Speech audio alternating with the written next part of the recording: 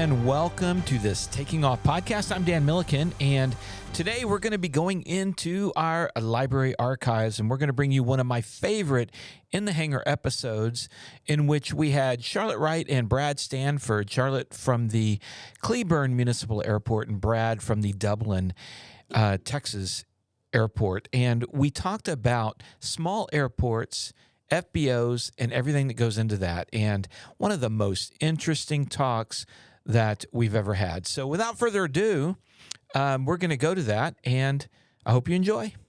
How safe are your airports from closing? We're going to find out today in the hangar.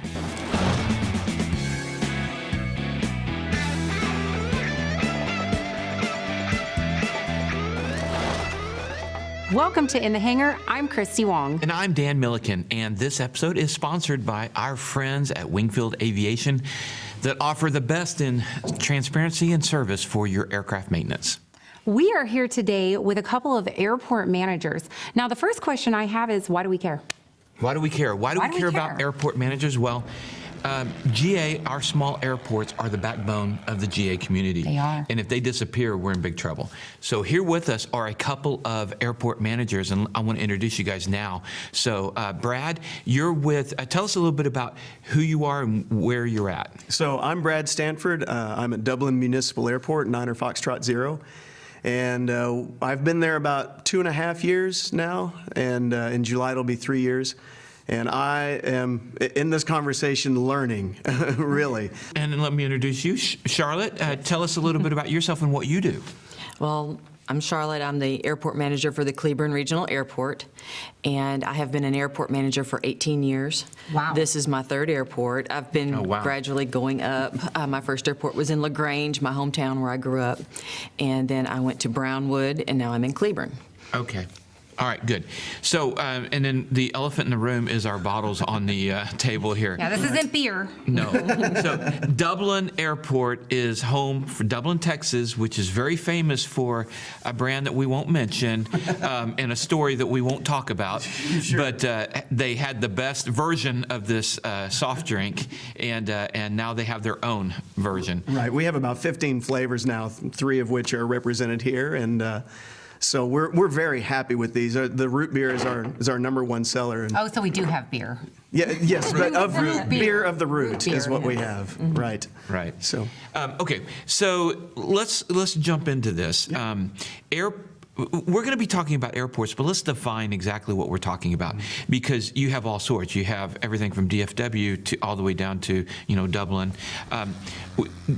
Tell me, what are the different levels of airports? Well, Dublin, being your typical small-town airport, we have a city that, like most small towns, their finances are tight. And so you don't get to throw money at airports every time you want to. It's more about, can we maintain this thing? Can we live up to the promise that we have to live up to just to keep it open sometimes? It depends on the year and what's going on. So that's our end of the spectrum. Then I would say Cleburne is where on the scale? We're the regional airport, and we're just below a reliever. Addison and Arlington, they're considered reliever airports. Reliever airports? I've never heard that term. Yeah, talk to me about that. And they're getting ready to change. The FAA likes to change things on us, just like for pilots. They do the same thing to us. Yep. No. Even change how the airports are laid out. That's why you see things disappear and come back in another direction.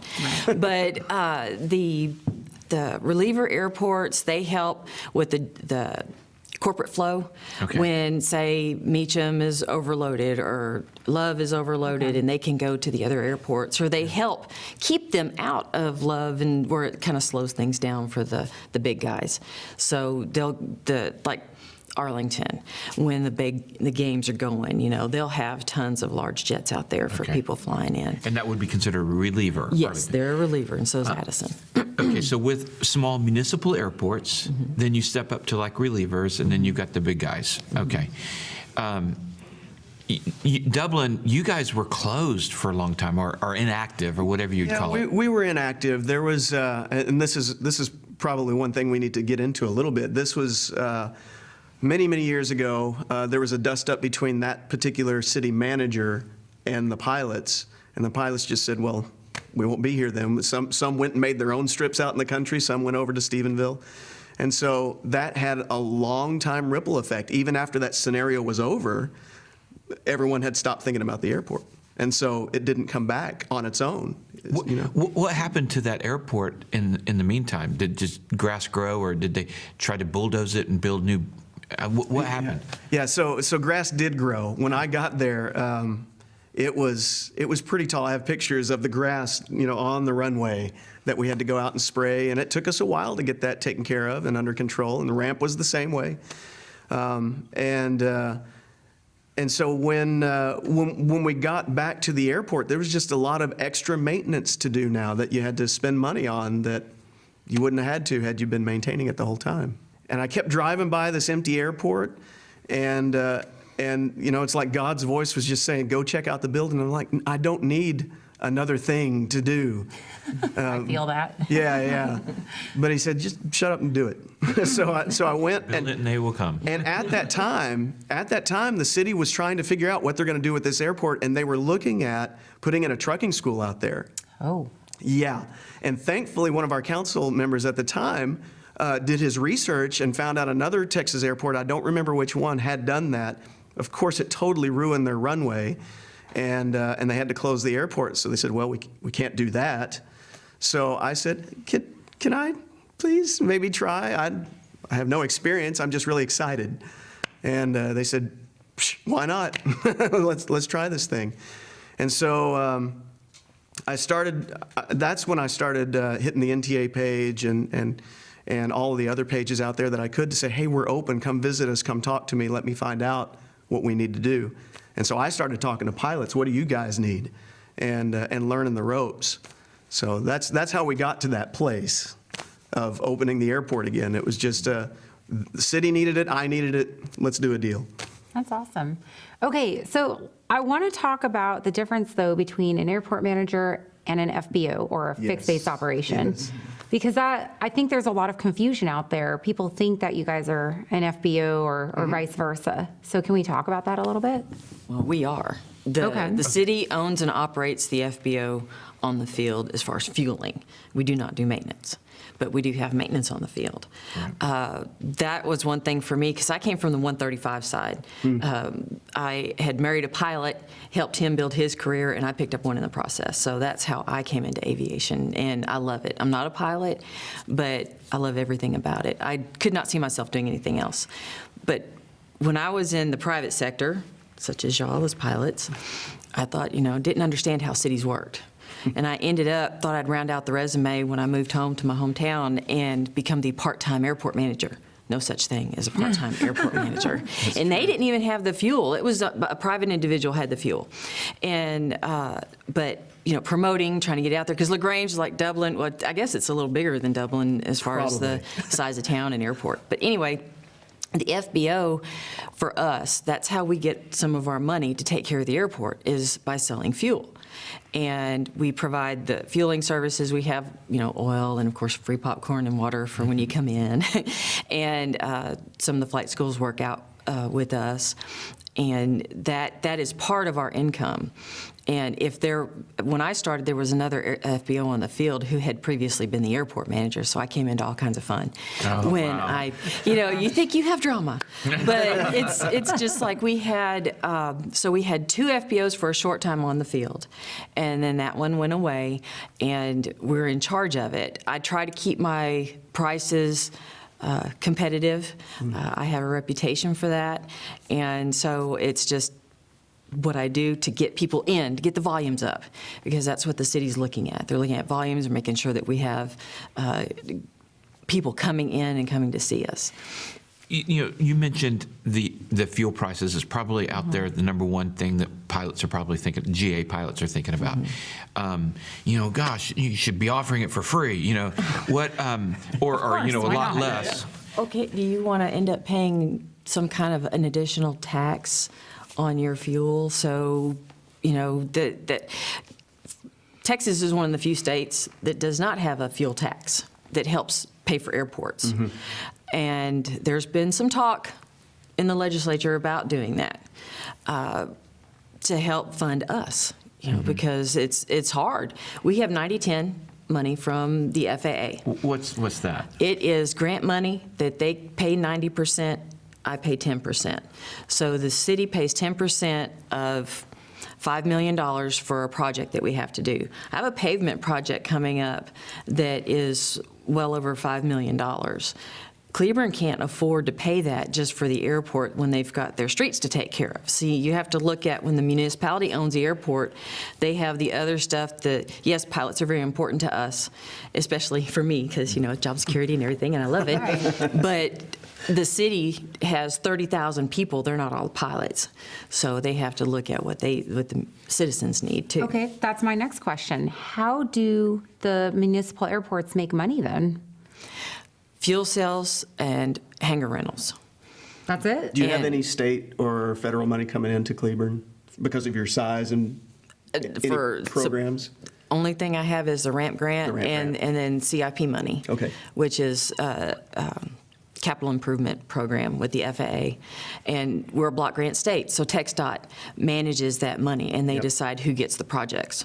So if you have a runway project, you should be counted first, and because it goes from the runway out. So basically, think the center line out. If you see a place that has a great runway and an awful ramp, well, they didn't qualify because somebody else had a runway.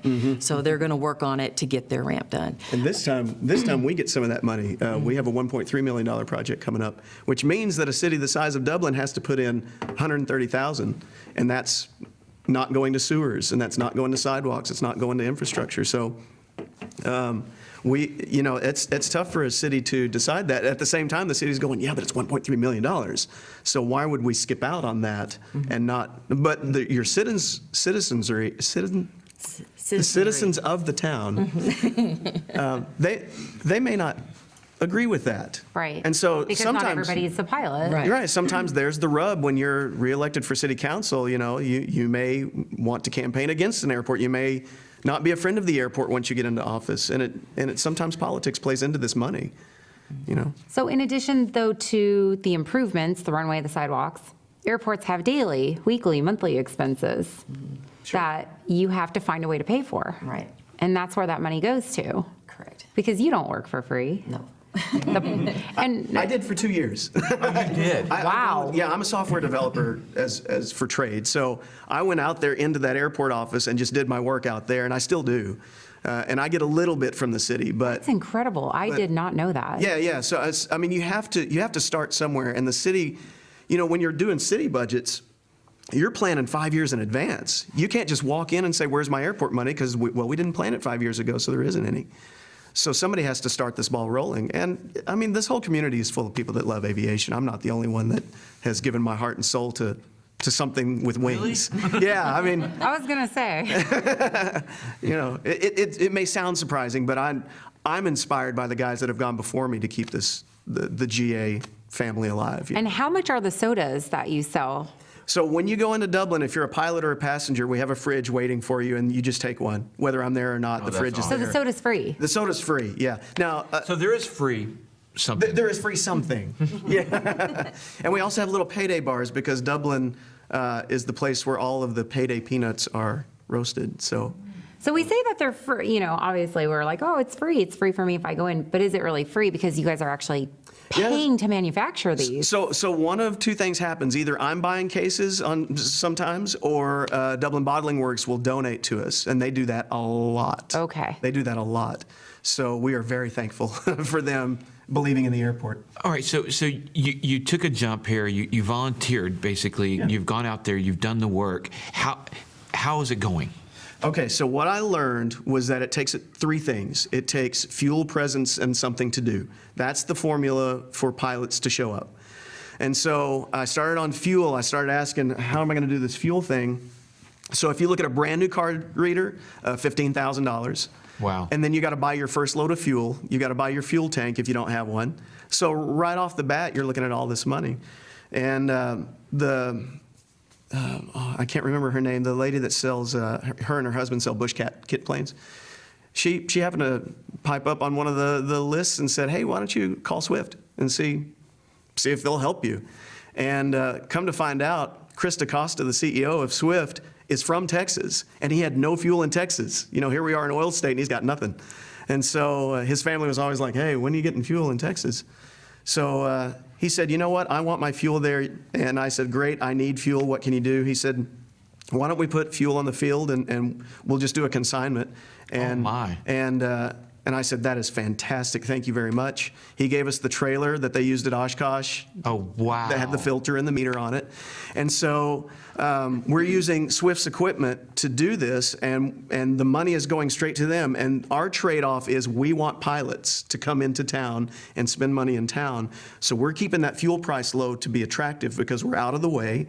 We don't have maintenance on the field. We got to have something to bring pilots in. And so I said, all right, we'll just run fuel for cost, basically. So I'm out there running the trailer and volunteering again, but it's worth it. We see all sorts of pilots coming in to have fun. Are you seeing a growth in numbers? Yes. It's slow? I tell people we're a ski resort. When the weather's right, we have pilots. And it's because of our distance that makes that a challenge. It's easier to just stay in the pattern when the weather's kind of iffy than come down and visit us. And we're also having the conversation on the town side of, hey, if you have something spectacular to do, they will come. Look at Stephenville, and Heart 8 is right there within walking distance. Pilots show up there every week. Do you have a good restaurant? We have many good restaurants. Our claim to fame there is Granny Clark's downtown. Okay. And I tell people, if you're looking for carbs and calories, that is the place to go. It is traditional Texas fare. I have not been hearing that on all the conversations for $100 hamburger. No. So we Oh. need to get the word out then. Okay. Because, how easy is it to get from the airport to Granny Right. Clark? Yeah, so we have a courtesy car, and I have been known to be taxi as well. If you enjoy a 1998 Rover experience, then I'll drive you into town like that if that's available. And I I have drive a Crown Vic. I don't care. Well, that's what we have. what We have the old Crown Vic. Perfect. Yeah. The real pilot. Yeah, that's right. Yeah. That's amazing. Most pilots look at the car and say, "Oh yeah, I know what to do." Yeah. So what about Cleburne? Do you guys have airport cars? Yes, we have. Well, we had 4. Now we're down to 3 because one kind of died. Oh, but I'm okay. working on it. We have 2 Crown. We have 2 Crown Vics. One's still in the shop, and 2 Tahoes. That's- One that Oh, wow. has. I didn't know you had Nice. Tahoe. Wow. Well, no, I know where. they're wow. No, they're. I've driven one of your Crown previous- Vics before. Yeah, it's like woohoo, But Just like the- any other, yeah. But it's Yeah. a free, it's free to free. pilots courtesy car. That's amazing. And what's funny is when pilots get in the one Tahoe that has the lights that we use for the runway inspections, sometimes they come back with them still going. Turn them on, Pilots will be pilots. Oh, look, a switch. Yeah, and the button right does that there. do? Yeah. So, but yes, we have 3 and a lot of places to eat too. And Cleburne is actually getting new places in town on the square. We have a lot of the city has incentives now for the businesses to refurbish and brighten up things, and so with the things that I plan, like we have our pancake breakfast this weekend coming up. We do one on every 5th Saturday. So if the weather's nice and it's not freezing, well, if it's cold, I'm still out there. I have my Carhartts, I get them on and I get out there. But if it's nice, we'll have a wonderful turnout with our fly-ins. My first airport's when I learned how to do fly-ins. And it was so funny when I came to Cleburne because they had a fly-in. And I think they had like 15 or 20 pilots show up. Well, I have a list of people that have followed me for the past 18 years. So I email out to everybody, and you have a sign-in sheet for people to sign into and give their email address. So it's grown. I have over 500 or so people. And my first fly-in, it had beautiful weather, and we had like 40 airplanes, and Gayla was all excited. She's my front desk clerk. And I was like, oh, well, okay. I was used to 60 to 80, And I was like, well, it's okay, But then I realized that they didn't really have a lot of promotion in Cleburne until I had gotten there. And so I do my best with field trips and kids, and I go out and I talk to the different groups like Rotary Club and Lions Club and all that. You have to go out there and promote the airport and get them to understand what you mean to the community. Because if you're not friendly to the community will not be friendly to you. And so we have, and the other thing that I preach a lot is the airport is not, they like to call it the rich man's playground. Yeah. That is what the people in town call it. Wow. And I said, I'm poor because I own an airplane. Well, yeah, but I told him, I said, if you can afford to buy your dually, you can have an airplane. Yeah. Right. You know, these ranchers and stuff, you could have an airplane. You might not have a Learjet, but you can have a nice airplane. And so I like to tell him that the airport is a businessman's tool. That they come in here. We have McCoy's and Walmart and Discount Tire, and they all use us. They come in and they go check on their stores. HEB loves us, you know, First Financial Bank. They all come in, check on everything, and then they leave. We have more people coming in to come to Cleburne. Yep. So you just have to make sure that we're the welcome mat to the city. So we have to put our the best face forward. I want to talk to you guys about the extreme. What happens if pilots don't come? Well, I don't know about you. I mean, that tells me to kick marketing into gear, really. I mean, it's not a panic moment. It's just, and even right now, we've leveled off. I haven't promoted as much. I kind of did a big push, and then I've kind of backed off to see where we are by ourselves. And that marketing message has to be pretty consistent because there are so many options out there. There are guys that I have that have done the other beverage that we won't mention. They did that run for years, and now they're coming in for the red cola, which is as close as we are allowed to get. And they're doing those runs. But I've noticed now, I haven't seen you in 3-4 months. I need to hit it again. And so when pilots don't show up, it's just like any other business. I mean, how many 0 days can you stand before you have to do something drastic? And drastic for us isn't going to be a closure. I would say the threat of closure or the threat of trouble comes from your relationship with the city council. Okay. I don't know if you guys saw the piece from Redbird a while back when he closed down the FBO down there, but he mentioned when he signed the papers, he wasn't thinking about a different city council is going to be sitting in place later. And so that relationship constantly has to be nurtured. And so if you don't do the interface with the city, interface with your citizens, and interface with the pilots constantly, then you're going to miss something. Your airport's going to get less traffic, and you're going to have less revenue, and now you're going to get grass growing again. Well, I guess one big takeaway for me is that as I think about this, I really want you in Dublin to be successful. I really want Cleburne to be successful. And I think that as a pilot, as I'm looking at, I pull up ForeFlight and I look to see who's got the cheap avgas, and I go to Bridgeport or I go to here or there just to fill up. And I think I need to think in terms of, supporting you guys, not just what's the lowest price.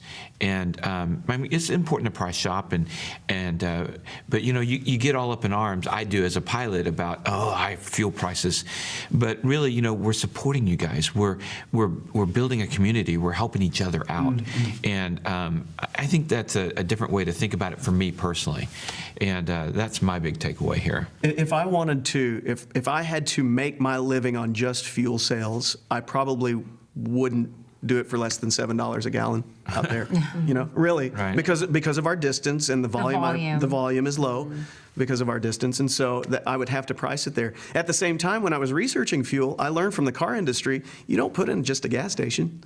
The gas station is always a loss leader to get people into a store of some kind. And so they already have that formula worked out. And so for us, we think of fuel as a business, and really it's not by itself. It's a tough business if you're trying to do it. It's a loss leader. It is. So, also we've had like Martin Polly on here, who's from Europe originally, and we talked about like how I didn't realize how good we have it for GA here. Yes. We start complaining about, oh my gosh, $5 a gallon, they're paying $9. Yes. Like right a now. liter. Right. And so it is much worse over there. So I think that we as pilots, we love to complain, but we need to complain less about this and just have a different mindset. Absolutely. So. Okay, we still have tons of things here we could go to, but what I'd like to do is let's open it up for let's do questions that. from the audience. So, Matt, if you can go ahead and hop on up, and who has a question here? All right, we'll start right here. Say your name and your question. Hi, I'm John Chrisman. My question is, do either one of your local communities put money into your airports, or are they pushing it has to be self-sustaining? They put money in the airport through the general fund. Any money that is raised at the airport has to stay at the airport.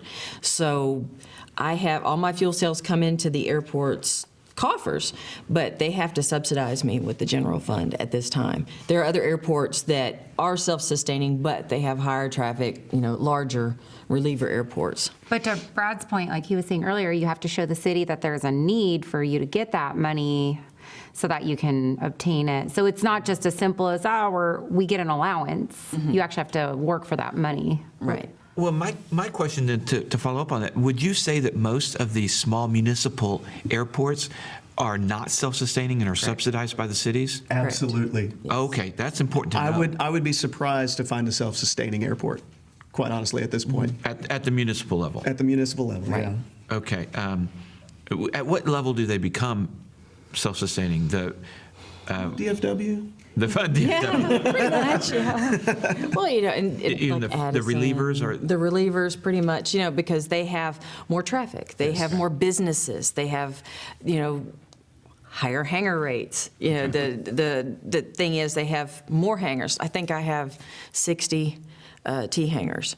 At the airport. what do you have, Brad? We have a total of 10, I think. Two of those are, well, most of them are privately owned, actually, and we're working on getting those back. The city has a couple, so. Is it safe to say that the airports that do have the lower fuel costs, like the Bridgeports and the Shermans and whatnot, because they have either no or very few airport employees, because they're like no frills. I mean, Bridgeport's great. I love going there. But you walk in, it's a building with restrooms, but I mean, it's no frills. That's it. There's they've not got even popcorn. They've got, yeah, I know, right?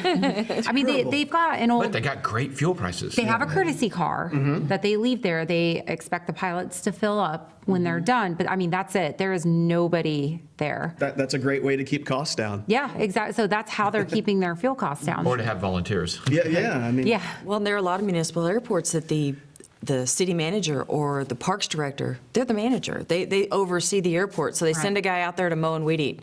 That's it. Okay, so if municipal airports are not self-sustaining and are subsidized by the city, would you also then say very few of the municipal airports have full-time staff? Or that's more of a mix? It's a mix. It's a mix. I don't know those numbers Okay. right off. All right. All right. Who else? I have a question for Sharlette. You've got 60 T hangars. Wondering what your waiting list is like compared to ours, but more importantly, if I wanted to build a big box hangar, what's the secret to getting a ground lease and getting that going? Oh, in Cleburne? Yeah, from your perspective. Sure. I'm not, absolutely. Well, I'm going to take what you share and use it at mine. Go ahead. Well, you have your ground lease price per square foot or price a year. Ours is 11 cents a square foot a year. We're one of the cheapest ones in the Metroplex, trying to generate people to come out and build hangars. Right.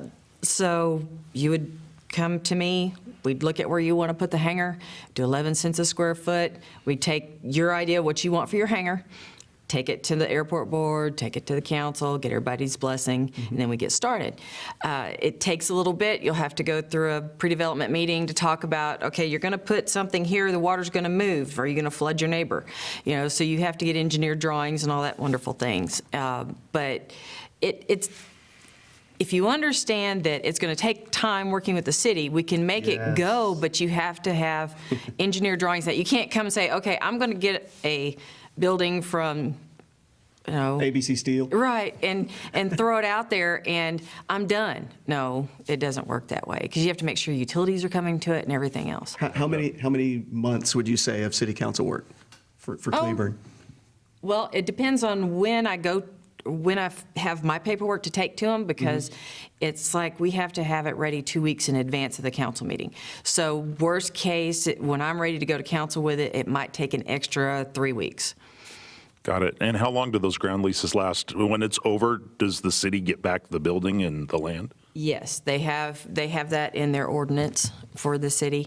We'll go 40 years on it, and we're looking at doing it based on the amount of money that you spend. But currently, it just says 40 years. It does not say. I mean, you can build a $100,000 hangar and have it for 40 years, and somebody else come in and build $1 million hangar and have it for 40 years. So, All right. Question over here. So this kind of tees off that, but it's almost, I think you may have answered it. Why aren't cities, if the major revenue source is hangars, building more hangars, especially if they have the 90-10 and getting private investors to take we the don't get to 10? use that money for hangars, only for maintaining the pavements of the airport. Center line out. Yes, because hangars are not that important to the FAA. They used to do hangars. Years Right. ago, they well, used you to can do use hangars. NPE money for hangars. What's that? What's that? Non-primary entitlement funds. We receive $150,000 every year to Must be use. nice. I'm in the nippiest, okay? I'm sorry. Brad, you need to type. You need to tap into some of this alphabet Well, money. that's what I was telling you earlier about the program that's going away. I cannot get into that even if I wanted to because the FAA said, that costs a lot. Let's not put any more airports into the system. Well, and the thing is that you can bank the money and use it, which like for my large project, that's where it's going. I couldn't put it into hangars. The city itself at this time, because we're in a transition to we're growing, cannot afford to build the hangars. They've thought about going out for a bond, things like that. But with the climate in the community at the moment, it probably would not work.